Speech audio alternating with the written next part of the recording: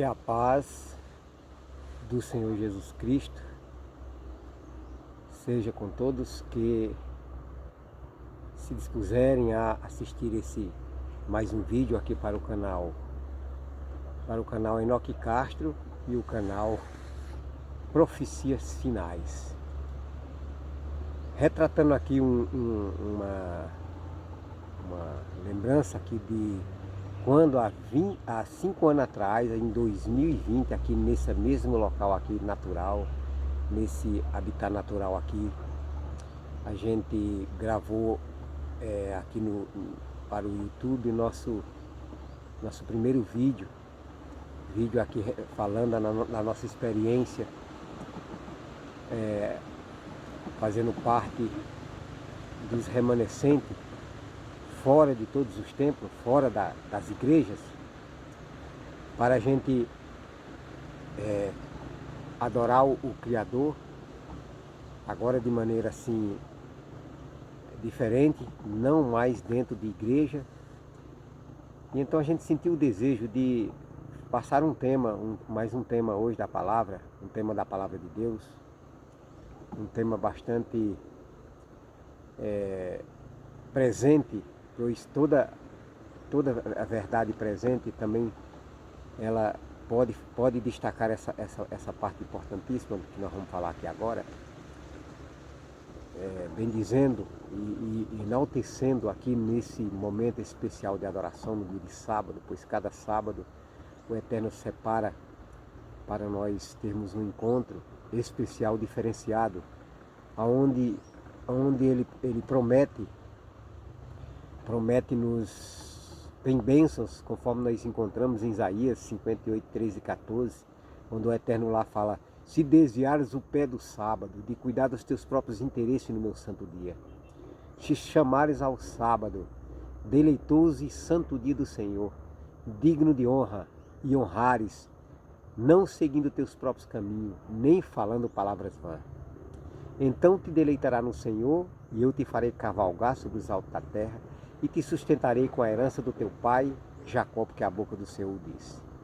Sabemos que a promessa de Deus, quando ele promete a bênção do nosso pai Jacó, é o que Paulo lá fala em Efésios 2,8, pela graça sois salvo por meio da fé, salvo por nosso irmão eterno. Então a herança do nosso pai Jacó é o leão da tribo de Judá, é Cristo nos salvando, Cristo vindo fazer morada dentro de nós, como ele mesmo promete lá em João 14, 21, aquele que tem os meus mandamentos e os guarda, esse é o que me ama, e aquele que me ama será amado pelo meu Pai, e eu também o amarei e me manifestarei a ele. E a manifestação de Cristo lá no cavalgar sobre os altos da terra é nos conceder a vitória, porque ele mesmo é aquele que nos dá a vitória. Como lá em Apocalipse 17 diz que pelejarão contra o cordeiro os 10 chifres, né, da cabeça da besta lá de Apocalipse 17, pelejarão contra o cordeiro. Mas lá diz, mas graças a Deus a expressão final do Apocalipse 17, 14 diz assim: mas o cordeiro os vencerá, porque é o Rei dos reis e o Senhor dos senhores. Aí nós vemos a promessa que Deus faz para aqueles que guardam, para aqueles que amam a Cristo, amam o Pai e guarda os seus mandamentos, porque ele mesmo falou lá em João 14, 15, se me amais, guardarei os meus mandamentos. E João também escreve na primeira carta ele escreve: aquele que diz que conhece e não guarda os seus mandamentos é mentiroso e nele não está a verdade.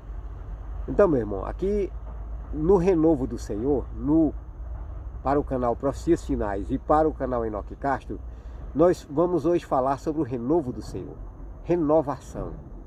Quando eu era criança, eu ia para os programas que era chamado de renovação, mas não era uma renovação, porque era uma adoração aos santos, era idolatria.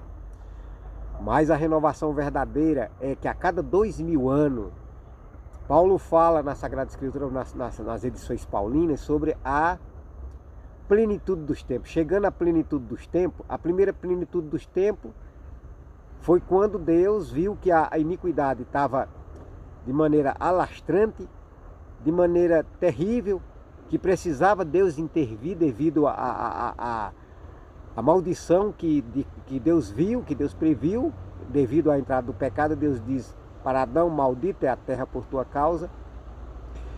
Então Deus viu que a terra ia entrar num estado terrível de maldição. Até para os anjos era motivo de admiração, porque os anjos nunca tinham presenciado algo semelhante.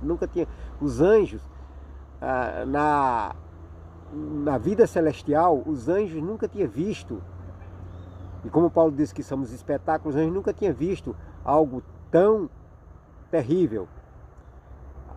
Que ao eles verem o cumprimento do que Deus disse, que maldita seria a terra por sua causa, então Deus viu que os descendentes de Caim, infelizmente, homens que se tornaram homens valentes para o mal, né? Não valentes para o bem. E também aí, ao suceder que alguns dos descendentes dos filhos de Sete, por isso que a Bíblia lá em Gênesis fala: os filhos de Deus, vendo que as filhas dos homens, tá vendo? Desde o início tem os dois grupos, né? Os filhos de Deus, vendo que as filhas dos homens eram formosas, aí tomaram essas filhas dos homens, as descendentes de Caim, como esposas. Aí entrou aí o problema do jugo desigual. E aí a terra se encheu da maldade, se encheu de iniquidade, se encheu de indiferenças terrível ao extremo. Aí a primeira plenitude dos tempos, como Paulo diz, chegando à plenitude dos tempos. Mas aí Paulo ali se referindo à segunda plenitude dos tempos, quando volta ali de 4.000 anos, Cristo, o Filho do Eterno, conforme já estava predito nas profecias do Antigo Testamento, ele haveria de vir, nascido de mulher, nascido no período da lei cerimonial, quando a lei cerimonial estava em vigência. Alguns até pegam isso para dizer que hoje a lei não vale mais, a lei do mandamento moral, mas ali é uma referência, Paulo está fazendo uma referência não à lei moral, né? Mas a lei cerimonial, nascido Cristo sobre a lei cerimonial, nascido de mulher.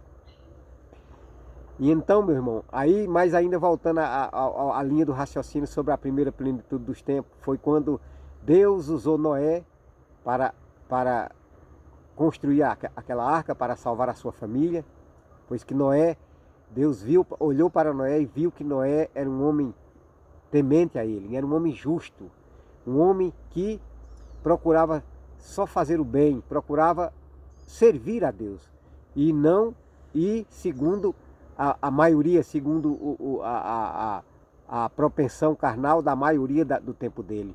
Então, naquele tempo, ele deu testemunho de fé pelo Espírito de Cristo e agradou a Deus. E aí Deus, em sua infinita misericórdia, tomou providências de maneira toda especial. Aí mandou que ele construísse o barco, a arca,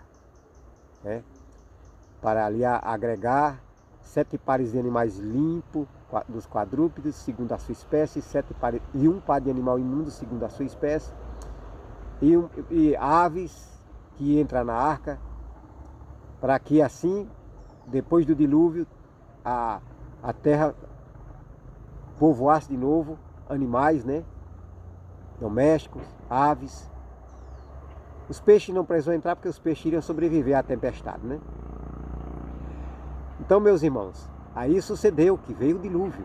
Noé não sabia o dia nem a hora do dilúvio, mas Noé sabia o tempo. Deus disse para Noé: vou dar a oportunidade para esse povo se arrepender 120 anos.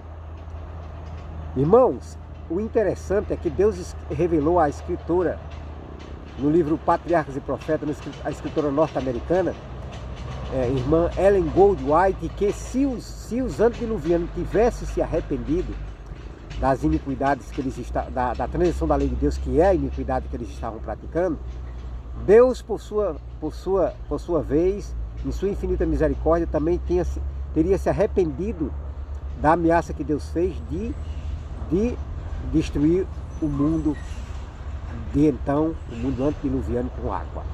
Mas infelizmente, lamentavelmente, diferentemente do que aconteceu com os ninivitas, que após Jonas advertir, a eles e dizer para eles que dali a 40 dias eles iam ser destruídos. Mas aí eles ouviram da misericórdia divina, ouviram que eles tomaram conhecimento de que da misericórdia de Deus e se humilharam perante Deus para serem favorecidos por essa misericórdia. Deus não mandou, se arrependeu de destruir os ninivitas. Assim Deus teria feito o mesmo com os antediluvianos, mas infelizmente, meu irmão, os homens não se arrependeram. E Cristo, como é bom falar de novo, não devemos ficar perfeccionistas, é muito maravilhoso nós falarmos de novo a palavra e não termos aí perfeccionismo em falar outra vez, porque as palavras é viva e eficaz. Pedro disse que as palavras de Deus ela é como uma candeia que brilha em lugar tenebroso.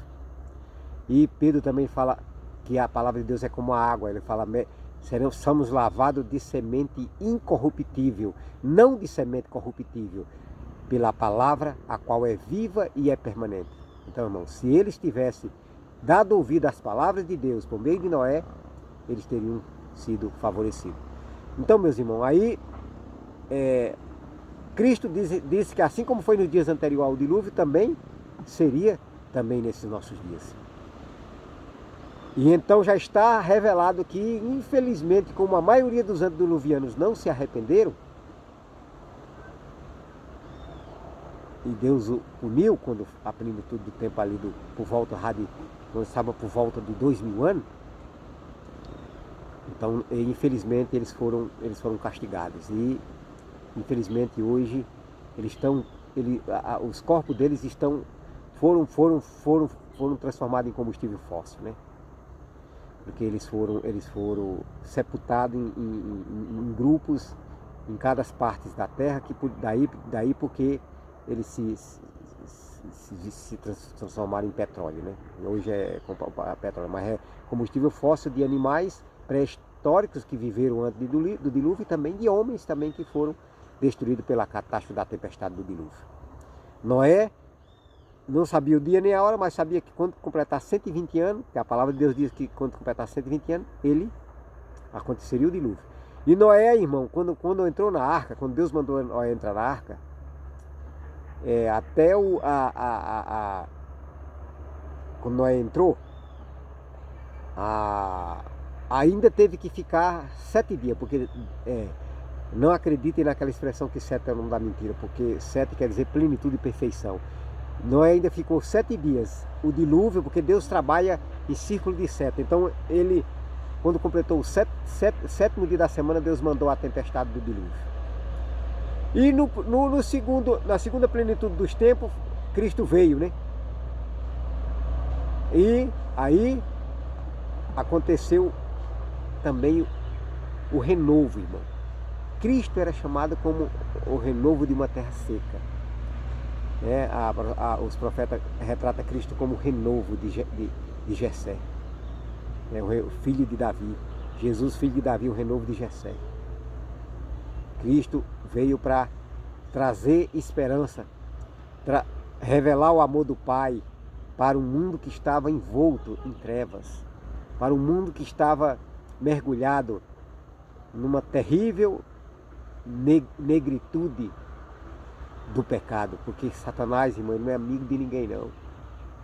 Ali naquela ocasião ali de trevas, ele usou o Império Romano para trazer o caos sobre a terra. O dragão de paganismo prevalecia, o dragão de sete cabeças lá de Apocalipse 12, é uma referência a Satanás usando o paganismo.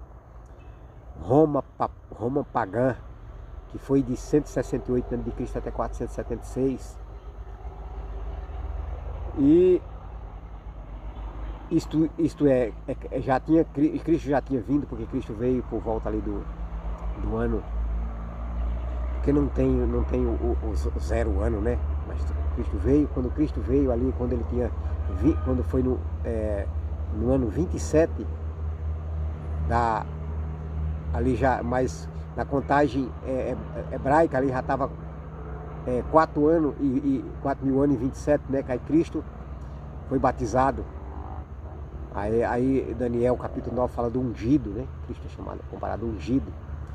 Infelizmente, a nação não estava preparada para receber Cristo. Uns poucos que tinham conhecimento de que o Messias prometido havia vindo. Quando Cristo pregava, está próximo o reino de Deus, então o reino de Deus era Ele mesmo trazendo esperança, fé e amor. E então, só os magos, reis do Oriente, o profeta não tem honra em sua terra. Aonde o Messias, o verdadeiro e maior profeta de todos os tempos, haveria de vir, o povo não estava preparado para o receber. Então Cristo veio, e então, irmão, aí Cristo no renovo, Cristo fez uma mudança. Porque embora Malaquias 3,6 fala que Deus não muda, quando diz Deus não muda é na questão do caráter. E a lei de Deus, lá em Êxodo 23:17, fala da expressão do caráter de Deus. Deus é santo, sua lei é santa, Deus é bom, sua lei é boa, Deus é luz, sua lei é luz, Deus é justiça, sua lei também é justa. O Senhor está perto e todos os seus mandamentos são verdade. Deus é verdade, fala o profeta Jeremias, e todos os mandamentos de Deus também são verdade. Então Cristo fez uma mudança no que diz respeito ao símbolo da aliança. E o símbolo da aliança, meu querido, era a circuncisão. Para aqueles que não sabem o que é a circuncisão, talvez algum leigo que no tocante ao conhecimento profético, ao conhecimento da Sagrada Escritura, talvez não saiba o que significa circuncisão. Circuncisão era que no 8º dia era cortado o prepúcio do penizinho da criança no 8º dia. Este era o selo, era o sinal, era o símbolo da aliança de Deus com o seu povo. Porque Deus tirava, ali era um símbolo de Deus tirar, o prepúcio simbolizava também o prepúcio do pecado. Era um símbolo de Deus limpar o coração dos israelitas e de todos os estrangeiros que quisessem fazer parte dessa aliança. Porém, com a apostasia hebraica, ao se unir com o Império Romano, Deus pôs fim, Deus mandou João Batista, agora com o renovo, agora também deveria ser em lugar da circuncisão o batismo. Então Deus rejeitou a circuncisão. Tanto é que Paulo fala em Gálatas lá, falando para os Gálatas, se vós vos circuncidardes, rejeitareis a Cristo. Mas agora, irmão, agora também já está 2000 anos agora, que já chegou ao período de 2000 anos que Cristo veio. Agora é o renovo, final, o renovo mais especial, o renovo agora que vai ter agora a chuva serôdia. Nós estamos vivendo o período dos anjos da preparação, agora vai ter o período da chuva serôdia, vai ter o refrigério pela presença do Senhor. O Senhor está em seu servo Elias Joanã, e o que está lá em Isaías 28, 11, 12, quando diz assim, o Senhor está perto, falarás às nações por meio de lábios gaguejantes, é que Cristo, dia 10 de junho, incorporou em seu servo Elias Joanã para bramar como leão. Irmão, Elias Joanã, o leão da tribo de Dan, conforme Deuteronômio 33:22. Cristo, conforme Gênesis 49:9, o leão da tribo de Judá. Mas por que diz que, se o título de leão é um título de Cristo, por que fala aqui que Dan é leãozinho, Deuteronômio 33:22, Dan é leãozinho, saltará de Bazã? É porque ali o leão da tribo de Judá está incorporado, meu irmão. A partir do dia 10 de junho, está incorporado no leão da tribo de Dan. E agora, no renovo, Deus também rejeita terminantemente o batismo, devido à associação das igrejas com o sistema papal, a besta do Apocalipse 13, as igrejas se constituindo imagem da besta do Apocalipse 13. Todas, quando Isaías 4:1 fala 7, está dizendo 7 quer dizer plenitude, 7 quer dizer totalidade na Bíblia. Então lá dizendo todas. Então aí agora, por isso que também agora no renovo agora, 2000 anos depois da primeira vinda de Cristo, No renovo agora, aonde os filhos sinceros de Deus receberão a chuva serôdia, aonde os filhos sinceros de Deus receberão refrigério pela presença do Senhor, todos que se posicionarem de maneira varonil em favor da verdade receberão. Agora não é mais batismo, assim como Deus rejeitou a circuncisão, Deus também agora rejeita também o batismo. Agora o símbolo da pessoa, que a pessoa vai demonstrar que se colocou ao lado do quarto anjo, da nova liderança da Igreja Adventista do Sétimo Dia, que foi constituída dia 11 de janeiro de 2020. A nova liderança da Igreja Adventista que foi constituída dia 11 de janeiro de 2020, devido à velha liderança, Deus ter rejeitado, porque se associaram com o sistema papal, a velha liderança que agora escolheram um novo líder, Ayrton Killer, ex-presidente da divisão sul-americana. Deus rejeitou essa velha liderança devido a essa velha liderança ter se associado com o sistema papal, a besta do Apocalipse 13. Então Deus agora escolheu, a partir do dia 11 de janeiro de 2020, a nova liderança da Igreja Adventista, o irmão Elias Joanã. Então o símbolo da aliança agora é levantar-se a mão ao alto, como eu já fiz a minha profissão de fé. Você, meu querido irmão, que escutar esse vídeo, faça também a sua.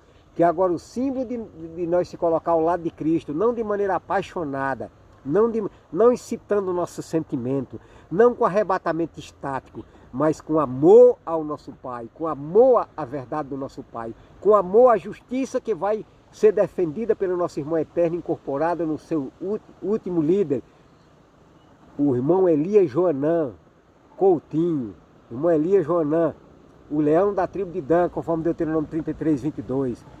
Cristo incorporou nele para bramar como leão. Então agora o símbolo não é mais o batismo, é o levantar a mão para o alto, declarando que Cristo incorporou em seu servo Elias Joanã, dia 10 de junho. Meu querido irmão, esta é a maneira de nós humildemente aceitarmos a presença do nosso irmão eterno na sua liderança. Lembrando que João ia, lá em Apocalipse capítulo 10, João ia escrever a incorporação de Cristo, porém foi dito a João que não escrevesse. Não tem um ditado que o segredo é a alma do negócio? E principalmente no âmbito espiritual também, meu irmão. Então nosso Pai Eterno também. Os maçônicos jesuítas, eles trabalham em segredo para enganar as pessoas. Inclusive esse Ted Wilson aí é um maçônico jesuíta, esse novo líder da Igreja do Sétimo Dia. Deus também guardou em segredo o que foi desferido o sétimo trombão, para no dia da sétima trombeta, nós estamos no contexto da sétima trombeta.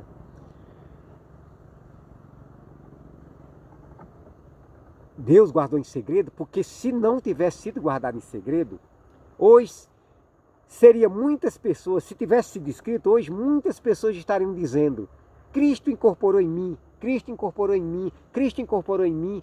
Não foi em mim que Cristo incorporou, não foi naquele lá não. Aí muitos hoje, ao verem a profecia, se João tivesse escrevido a profecia, se João tivesse escrevido esse segredo, que era um segredo que seria revelado só para a pessoa, para o líder que Deus escolheu agora a partir do dia 10 de janeiro. Foi revelado para a irmã Deusilene Souza e para o irmão Elias Joanã Coutinho, o escolhido de Deus agora para Cristo estar nele, incorporado nele, para pelejarem contra os 10 reis, para pelejar contra a besta e contra a imagem da besta, para pelejar contra a falsa liberdade religiosa, os forli,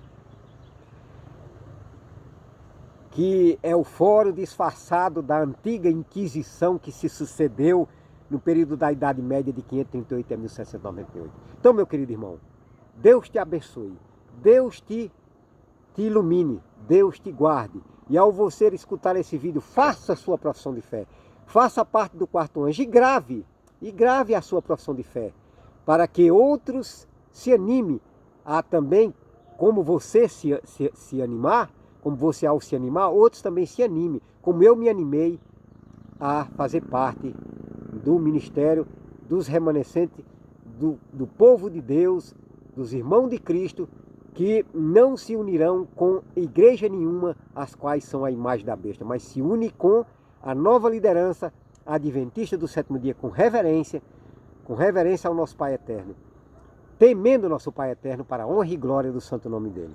Então, mais um vídeo para o canal Profecias Finais e para o canal Enoque Castro, para a honra e glória do santo nome do Eterno Pai. Amém e amém.